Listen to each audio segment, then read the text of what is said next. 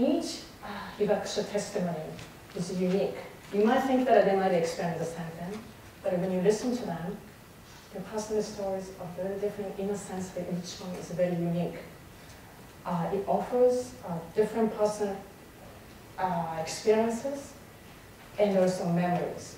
And as you heard, the Setsuko-san was 13 years old, and the Yamashita-san was 6 years old.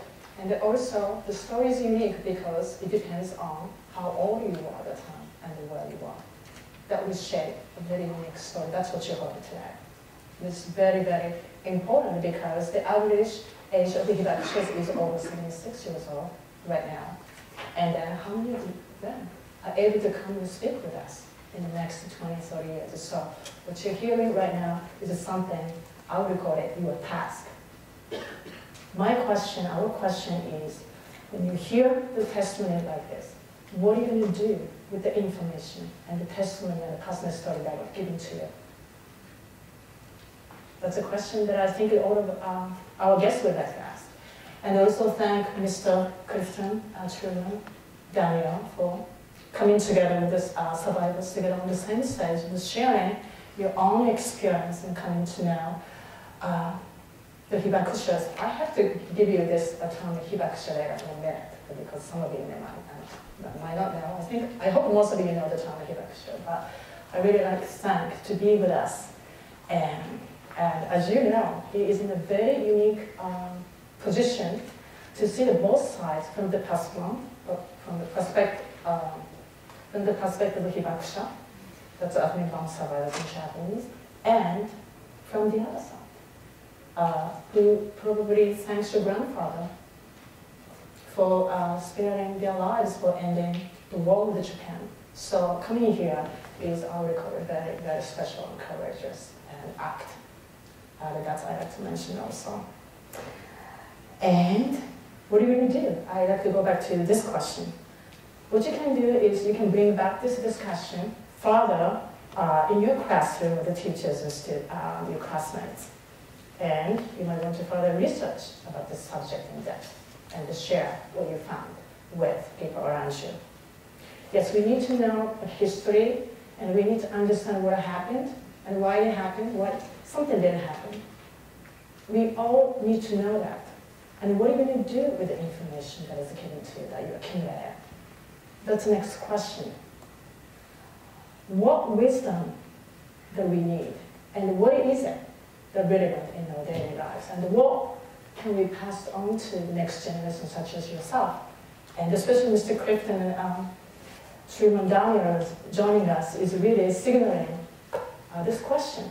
And I'd like to also point that one of the guests in the setting on the front row, Ari Biza, could you please stand up?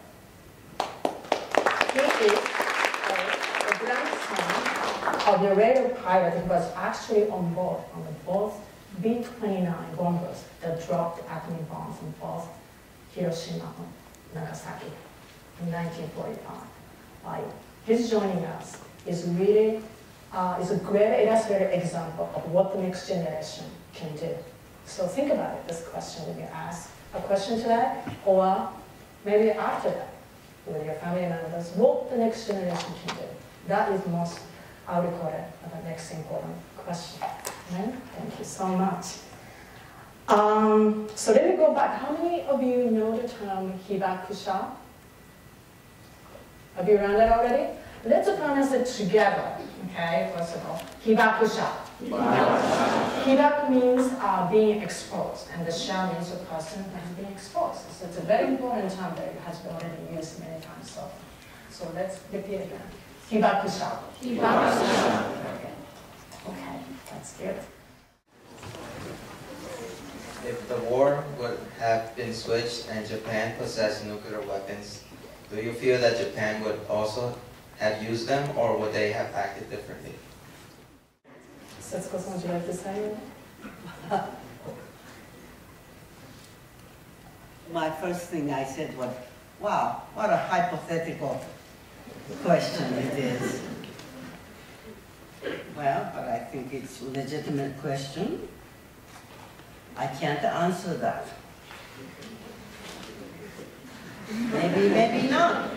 but I don't consider this discussion. And it was from, yes. Yes, it's,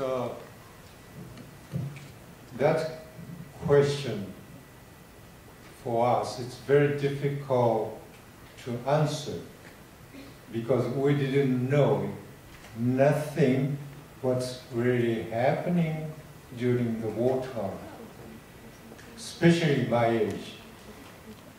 We didn't have any knowledge about the war, and the government kept it totally secret. And we always had news on the radio. Japan was winning everywhere in the world. So to Japan, nothing happened. But all of a sudden, and one day we had news, we are going to have an American invasion. So all the women in the city started training to fight body against body. But we don't know exactly Japan are going to use or not.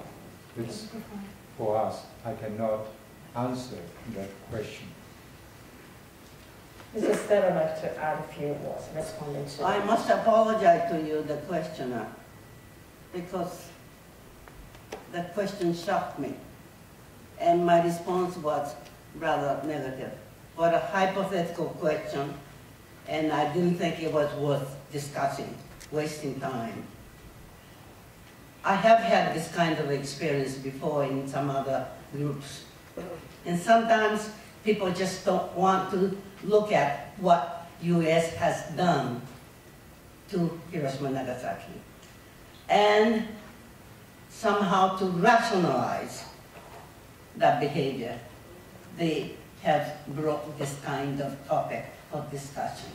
And actually, I have always turned down. I did not waste time to discuss that. It's more important to discuss what actually happened in history and what to do with this, to control this, and make sure this never happens again. To me, it's more important. But I apologize the way I reacted to your question. I hope you understand. East West School of International Studies. I just wanted to know, Mr. Daniel, have you ever remembered seeing any kind of remorse from your grandfather or father for one, going through the actions that they went through, and two, not telling you and having you find out through your schools? No, the simple answer is no. I was very young. My grandfather died when I was 15, so I knew him, but not quite old enough that he discussed his own presidency with me. So I learned most of what I know about my grandfather from my family, and from history books, the way you have. Publicly, my grandfather expressed no remorse. He has also said, though, that he was shocked at the devastation that the bombs caused, and it bothered him greatly that it was a weapon used against women and children, his own words. So I guess the easiest way is to say that it did bother him, and he was horrified by the destruction. But as far as officially, no, he never, and he actually wound up saying in 1961 to I think it was a CBS interview, he said that he had no compunction about the decision and he would do it again, which prompted a very strong response from the Hiroshima City Council and an exchange of letters between them and my grandfather. They were asking for a retraction of that, and he wouldn't give it to them. Thornton Donovan, 11th grade. What differences do you notice between how the newer and older generations of Japanese think about the bombings of Hiroshima and Nagasaki? Well, it's a new generation sometimes ignored. In Japan had 2 wars. These days, Japan is so rich. Those new generation grew up in the, can get everything. They didn't suffer in any sense. Sometimes I ask the people, we received 2 bombs in Japan, but they don't know. So it's important, this moment,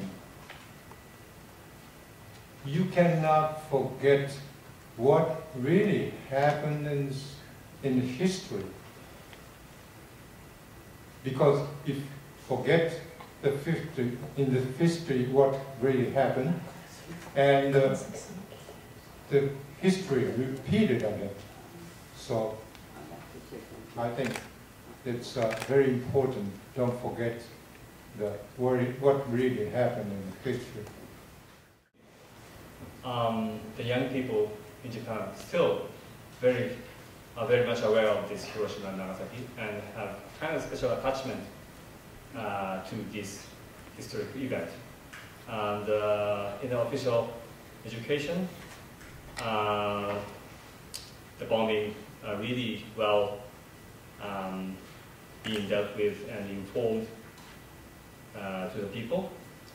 So people, of course, there are big difference between the 2 generations.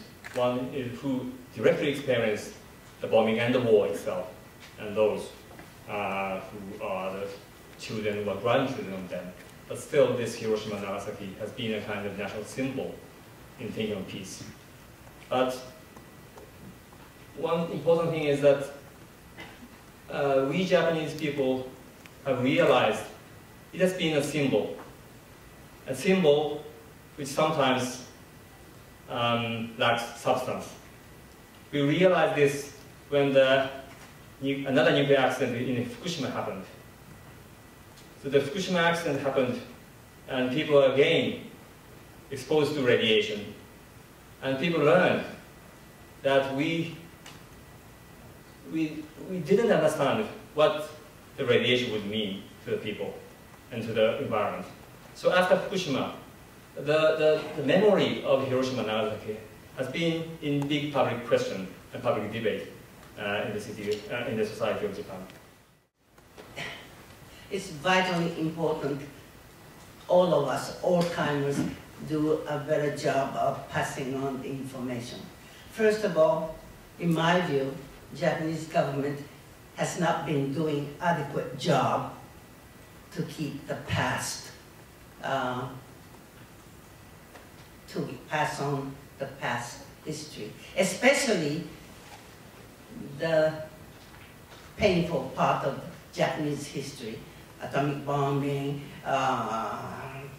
the relationship with Korea, China, other colonized nations. All those things come up in history. In Japanese textbooks seem to suppress the true information. And people got up and they organized their campaign and protested the government. So the government were forced to revise the textbook. I suppose you must have that kind of history in this country too. I hope so. But that has been taking, and I think more of that have to take place in Japan. Anyway, the amount they have done is little. But in the cities of, in the prefectures of Hiroshima and Nagasaki, by prefecture, that means state, equal to state. And especially in the cities of Hiroshima and Nagasaki, they are making a real conscious effort that the children grow up, were learning about what their grandparents or great-grandparents have experienced. And a lot of good things are going, and I'm delighted to get the reports from those cities. But just those two cities is not good enough. It should be spread out throughout Japan and throughout the world for that matter. I hope, well, you look at your history textbook and see how much is written about this. And you can compare your note and with Japanese. The response is not glowing. I'm from Stuyvesant High School. So as Mr. Kawasaki mentioned about the nuclear plants in Japan, or like 2 years ago, the disaster, what do you, I to Mr. Yamashita and Ms. Thurlow, like, what do you think about nuclear energy? Is it a good direction that we're going towards? Well, I think I am one of the majority who want to see the decommissioning of the nuclear plants. And that's what the majority of people are saying to the government. And the government tentatively, maybe not permanently, but anyway, the government is saying they're aiming at 2040, is that right? When they decommission. Well, we can have a sigh of relief, but I am very concerned. You're coming directly from Japan, so perhaps you can help us with that. But really, we are concerned about what the Japanese government is dealing with it, because we can't trust what they have been doing. How do we feel? Well, I think nuclear technology is the same technology, whether the product is used for the weapon system or for civilian purpose. It was introduced to Japan in early 1950s. Atoms for peace. Everybody was so happy. Well, instead of destruction, that's for peace. So unfortunately, mindlessly, Japanese government and the people accepted that technology. And Japan built 54 nuclear plants, isn't that right, throughout the country.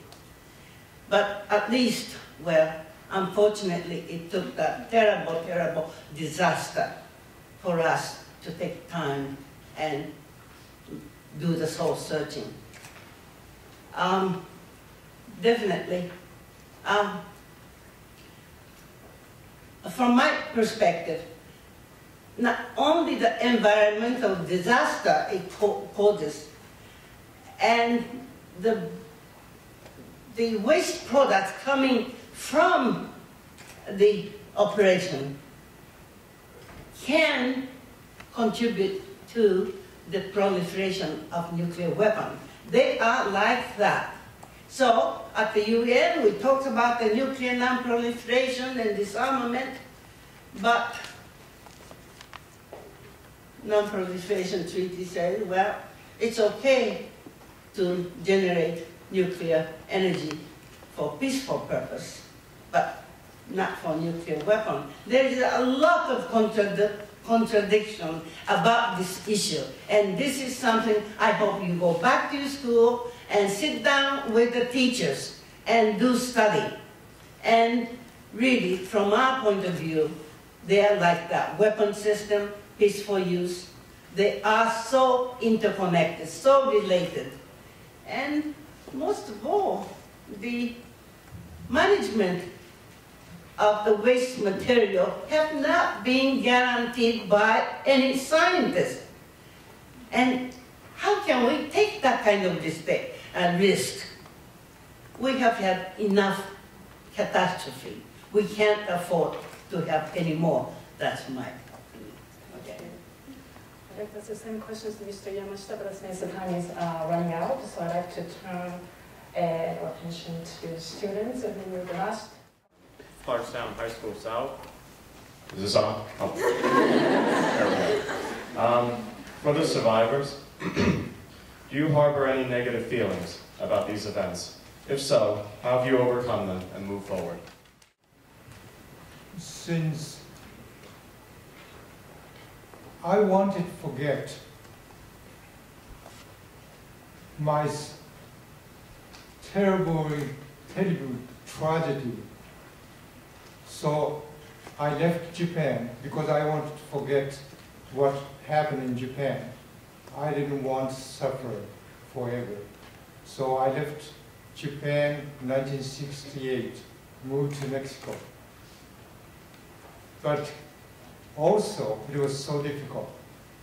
In Mexico, they celebrate September 16 Independence Days from Spain. That day, the military parade and many airplanes flying over the city that recall the memory of the wartime. But 1995, a friend of mine invited me to tell my experience in the university. So I said, no, it's not possible to tell my experience. I suffered. But he insisted, very important student hear your experience. So I accept. It was so difficult to tell at the beginning.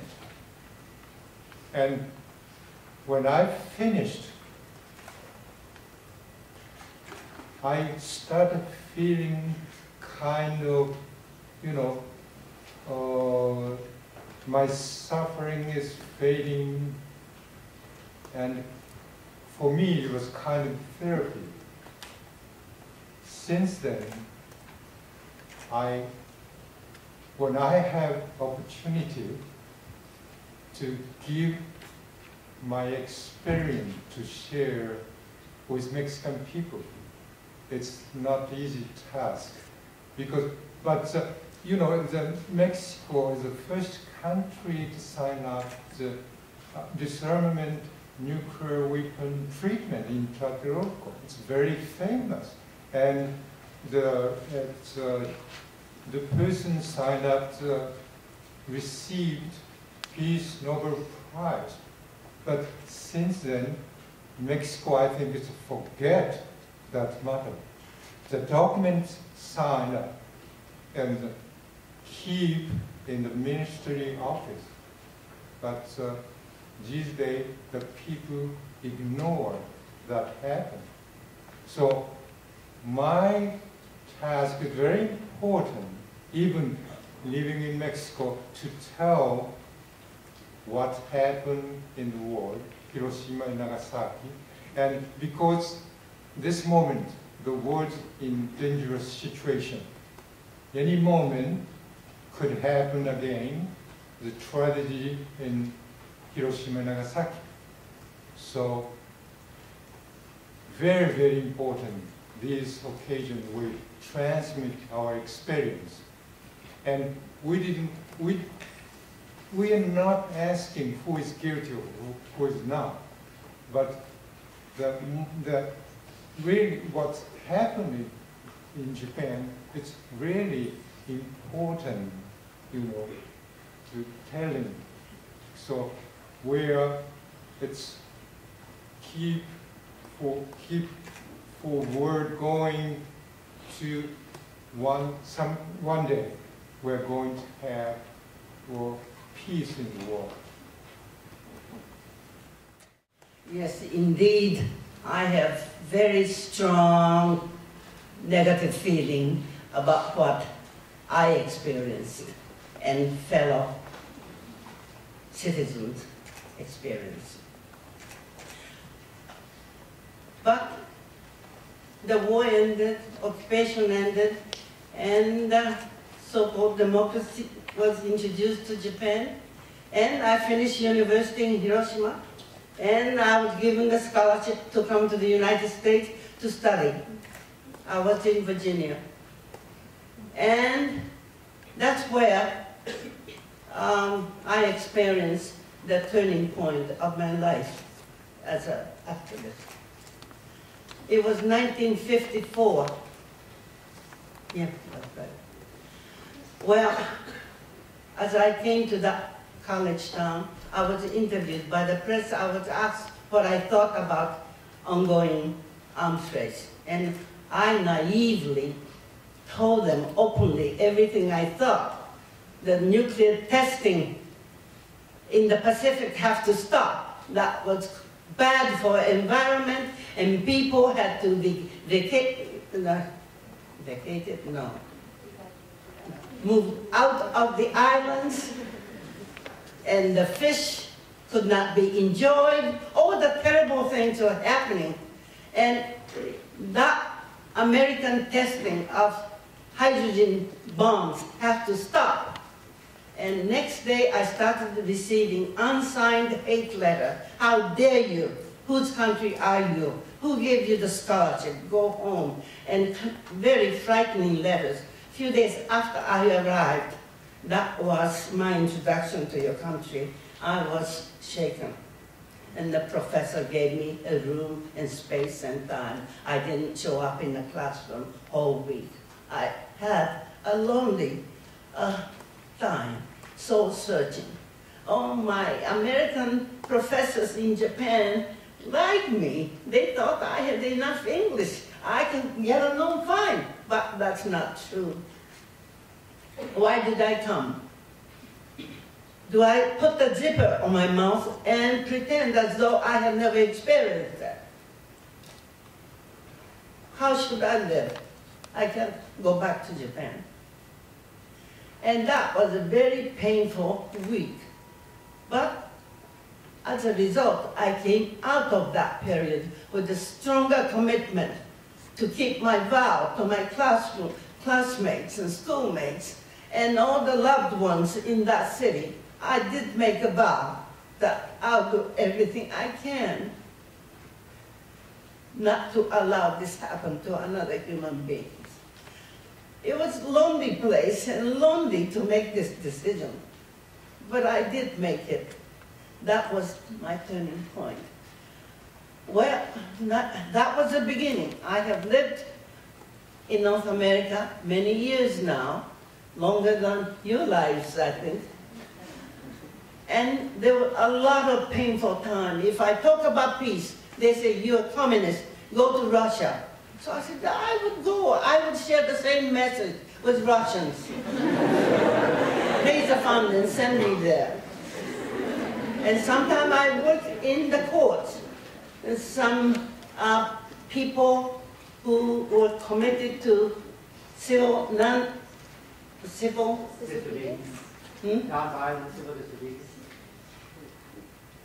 Civil disobedience. That's it, thank you.